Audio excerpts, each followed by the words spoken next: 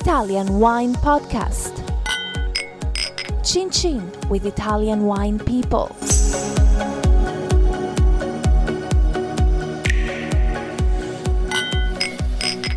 This podcast is brought to you by Native Grape Odyssey. Native Grape Odyssey is an educational project financed by the European Union to promote European wine in Canada, Japan, and Russia. Enjoy. It's from Europe. Hello, this is the Italian Wine Podcast. My name is Monty Waldin. My guest today is Vincenzo Ippolito. Vincenzo's family winery is called Ippolito 1845. It's in Cirò, region of Calabria, in the far southwest of Italy. Welcome. Hello, good morning. Why is your winery called 1845, Ippolito 1845? 1845 is the foundation year. Actually, it's a stone that my uncle and my father found in an old building in our property. And since then, they put the year on our brand, just to identify one of the oldest winery in Calabria. So when did they were bottling in 1845 or just growing grapes? No, at that time, we are talking about 5 generations ago. It was the grandfather of my grandfather to start the grape business rather than wine business. At that time, the economy was only based on the agriculture. They were not producing only grapes, but all kind of vegetable fruits in the area. And the production was focused on grapes and wine in bulk. Then to see the first bottle of wine with the regular label, we had to wait until the 50s. The 1950s? Yes. It was my grandfather Vincenzo, was a very bold, ambitious and revolutionary person, because he was the first one in Calabria to put the wine into the bottle. He was very curious. He loved traveling around Italy more than the world, of course, because at that time it was pretty difficult to go internationally. So he had a small Topolino Fiat, and he used to travel around in the north of Italy, and then he saw how things were quickly changing, especially in the Barolo area and in Tuscany in general. So when he came back to Calabria, he said, okay, I have to do the same. I want my last name on the label too. And he started to bottle his wine in a regular 0.75 liter bottle. So was he selling to like Milan restaurants and things like that? He was selling to restaurants, to private people, and actually he did one of the first contract with the first chain of supermarkets in Italy too. They were mainly focused in the area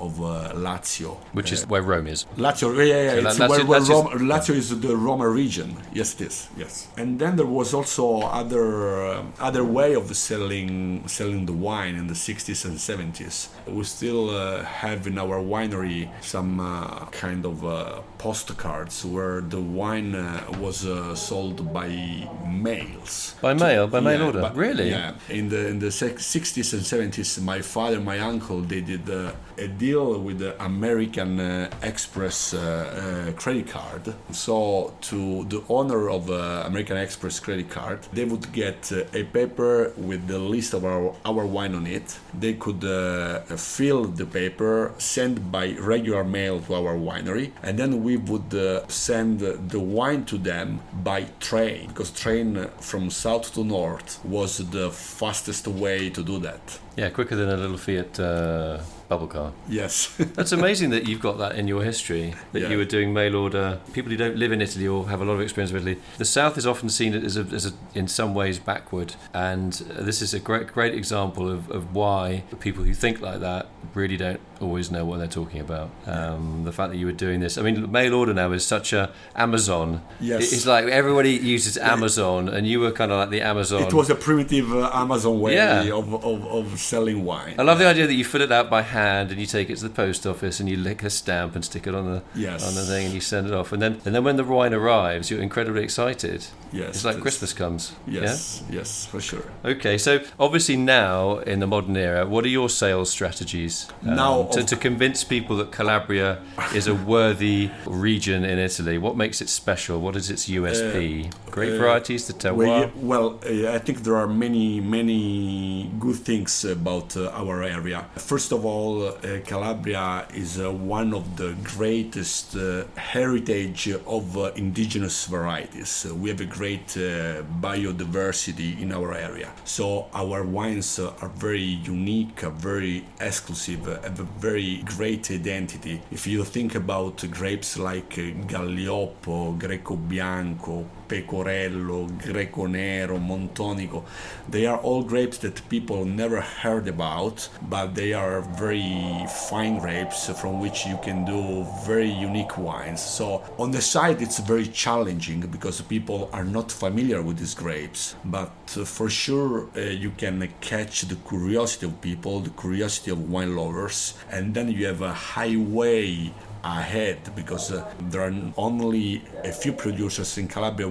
There are less than 150 wineries. So actually it's a small production. It's a niche production. Yeah, but it's very isolated, Calabria. It's right at the bottom of Italy. It's hilly. Yeah, and then what is extraordinary in our area is also the terroir and the geography of our area, because it's a very narrow region, wet from two different seas. We have Ionian Sea on the east coast and Tyrrhenian Sea on the west coast, and it's crossed from a big mountain in the middle. We have a Sila chain and Aspromonte chain. So the vineyards go from an altitude of 1,200 meters above the sea level until the coast side where the level is zero. We have the most of the vineyards on the sea level. So there is a very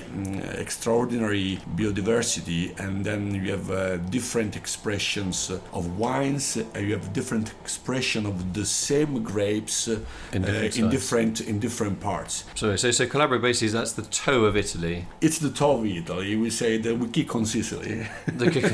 So just give me an example of ripening times for, I don't know, Gaglioppo, if it's at, say, 300 meters or 1,000 meters. Exactly. So people think Calabria is very south, so for sure the weather is very hot. So they believe that our harvest is very early. Instead, it is not, because Gaglioppo is very ancient. I talk about Gaglioppo because it's the most important grape variety in our region. But Gaglioppo gets ripe very slowly. Gaglioppo has a lot of tannins, high acidity, so it needs time in order to make the tannins softer, more crispy. And usually we start the harvest in September. We pick up Gaglioppo for Rosé wine in the second week of September, and then we end picking up Gaglioppo in October for our Riserva wines, where we have a more sugar content, so we get wines with more structure, with a higher aging potential. So if I have a Gaglioppo from you, what are the main flavors in that wine? What are the main flavors? Okay, first of all, what is very identitary in Gaglioppo is the color, because the color of Gaglioppo is very unique. Gaglioppo grape is it's not full of anthocyanins, so there is not the violet color inside the skin. So a good Gaglioppo usually goes from deep and intense ruby red color when it's young, going to more garnet color when it gets older. And usually the the color is kind of transparent, so it looks like a soft wine, but it is not, because the structure is there, the alcohol is there, so it's a wine with a medium full body. What do you drink it with? What is a classic Calabrian dish with that, with the Gaglioppo? With the Gaglioppo, I would say we have a capretto, which is goat, baby goat. It's typical from our area. Capretto with potatoes baked in the oven. It's a very, very nice dish. Or we have another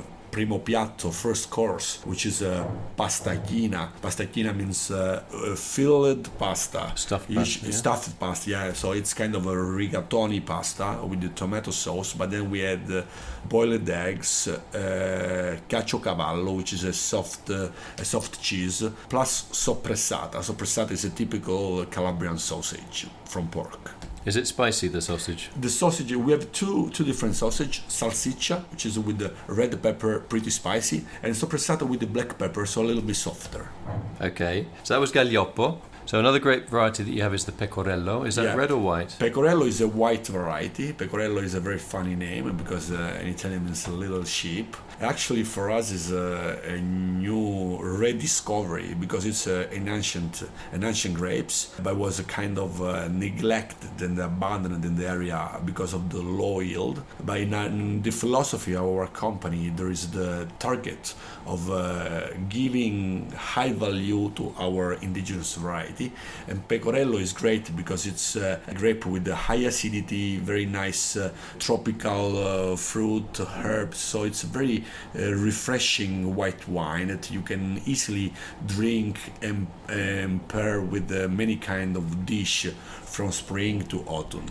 We started the production of Pecorello 6 years ago with a very little production, and after 6 years we do a production of almost 10 times greater than what we started with. So if I drink a Pecorello, what would I be looking for? Is it a wine that's quite heavy? Is it very light? No, it's pretty light, but with a nice salty finish because the vineyards are very close to the beach, so the soil is sandy limestone, and the nose is very fresh, fruity, so it's a kind of wine that you can easily pair with raw fish or even with spaghetti e frutti di mare or with our wonderful tuna fish. So it's a really spring summer wine to enjoy with your friends.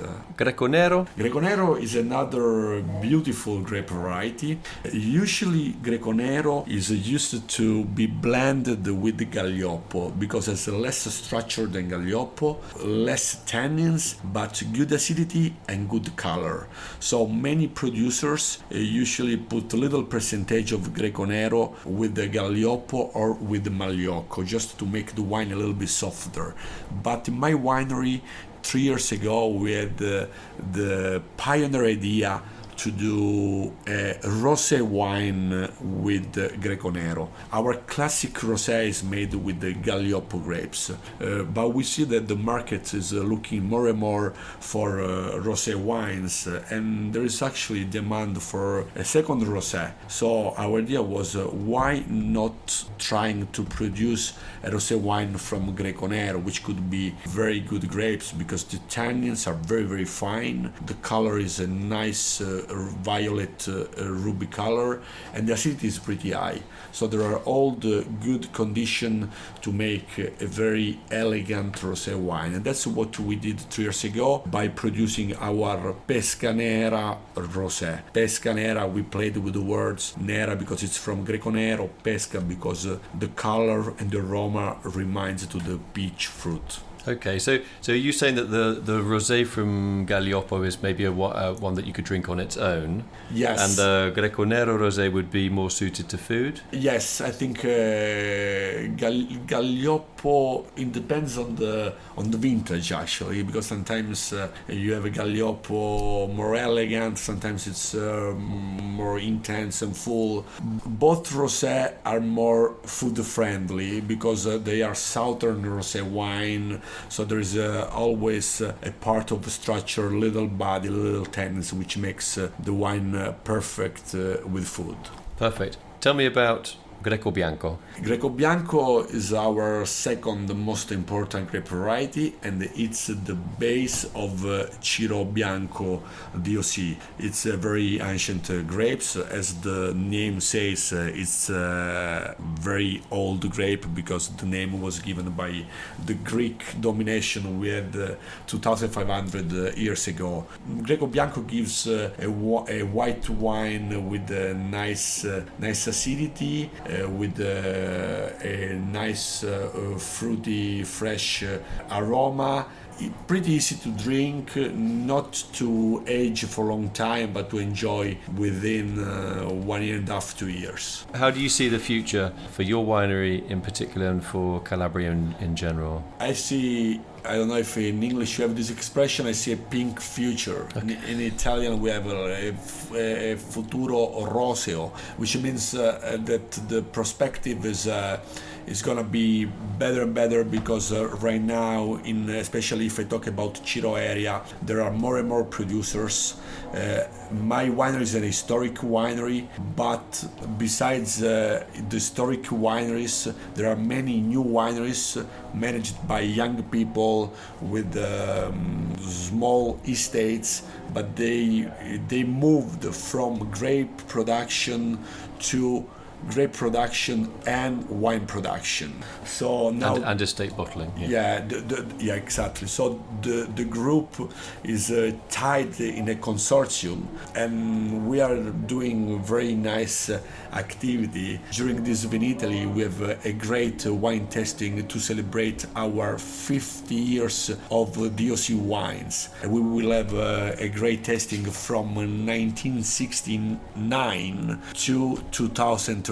So it's a great opportunity to taste all the history of Cirò, where the historic old producer are mixed with the new young producers. I want to say thanks to my guest today on the Italian Wine Podcast, Vincenzo Ippolito from the Ippolito 1845 winery in Calabria. Thanks for explaining all those native grapes. We have to do like a food podcast because you like your food. Okay, good. And we could really dig deep into the cuisine of Calabria. Let's do that next time. Yeah.